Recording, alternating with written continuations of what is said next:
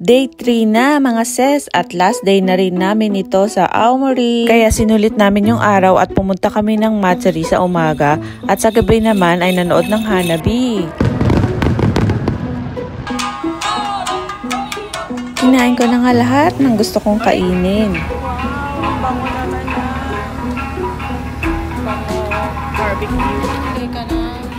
Last day na rin nga pala ng Nebota Matsuri kaya ang finale ay fireworks. Nagpahinga na lang din kami ng araw na yan at hindi na kami masyado namasyal.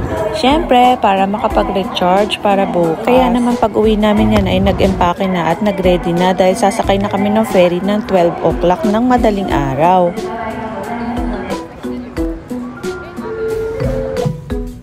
Ayan, may pasilip na slide. Yan ang napakabonggang sahig na tinulugan namin sa ferry. Akalain mo to be continued pa itet hanggang Hokkaido. See you mga sis!